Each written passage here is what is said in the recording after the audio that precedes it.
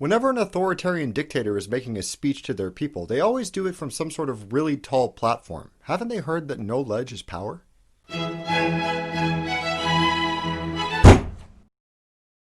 I try pretty hard not to get into political debates because government is a complicated idea, and it's so charged with ideology that any discussion about it is usually either everyone agreeing with each other or trying to hit each other with whatever's nearby. I mean, there are people with almost every conceivable opinion about how government ought to work, based mostly on ideals and intuition, not on any sort of convincing objective evidence that one way is actually better than another. Of course, that evidence is really hard to come by because a nation's success or failure is tied to thousands of variables, from global economy to abundance of natural resources to whether or not the Pope lives there. But sometimes, every once in a while, there's some genuine objective data that actually gives us something to go on, which is why these two papers are such a big deal. This first one's a study by Princeton's Martin Gilens and Northwestern University's Benjamin I. Page, two political scientists who ran a detailed analysis on more than 30 years of collected data. The second one is a summary of findings from over 80 separate studies of money and politics by Thomas Stratman at George Mason University. This isn't ideological rambling. This is a carefully measured and exacting analysis of money and political power in the United States, and it's really disturbing. Gilens and Page looked at the political opinions of a variety of individuals on over 2,000 separate issues. Do you think the minimum wage should be raised? Do we spend enough on education? Should we sanction this country or send troops there? They compared opinions on those issues to the legislation the government actually enacted, looking to see which groups got what they wanted out of their elected representatives. It turns out that unless you're an extraordinarily wealthy individual or organization, what you want is kind of irrelevant. I mean, you might luck out and happen to agree with a big corporation or a well-funded lobbyist group, but if a majority of U.S. citizens want a particular bill to pass and one rich individual or corporation doesn't want it to pass, the bill won't pass. Wow.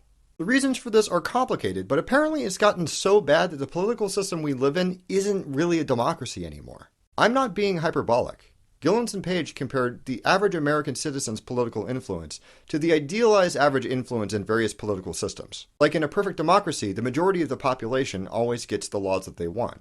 In a perfect authoritarian monarchy, the king or queen always gets the laws that they want. What they found is that you and I are closer to living in a state ruled by wealthy corporations and individuals than we are to ruling ourselves. By the numbers, we're not living in a democracy any more than we're living in a communist collective or a monarchy.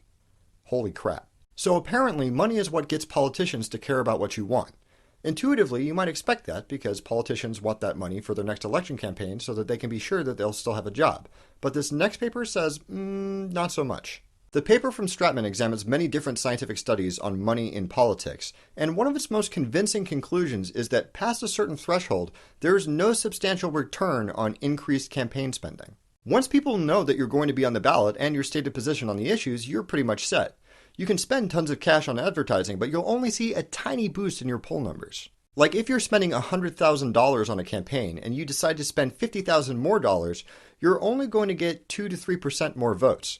Considering that gerrymandering has most incumbents winning elections with more than 60% of the vote, that money just doesn't matter. So if politicians don't need to accept and spend that much money on election campaigns, then why do they?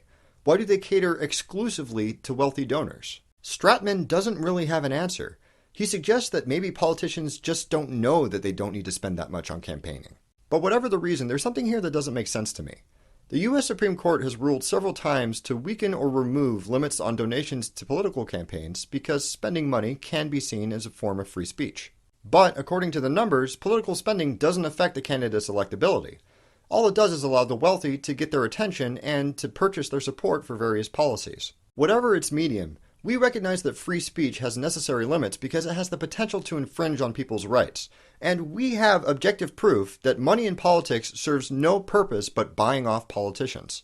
Whatever political ideology we subscribe to, we have to recognize that if we want democracy back, if we want everybody's vote to matter, we have to limit the effects of money in politics. How can we do that? Should we forbid elected representatives from accepting any money or gifts while they're in office? Should every political candidate be allotted the same amount for their campaign from a communal pool of tax dollars?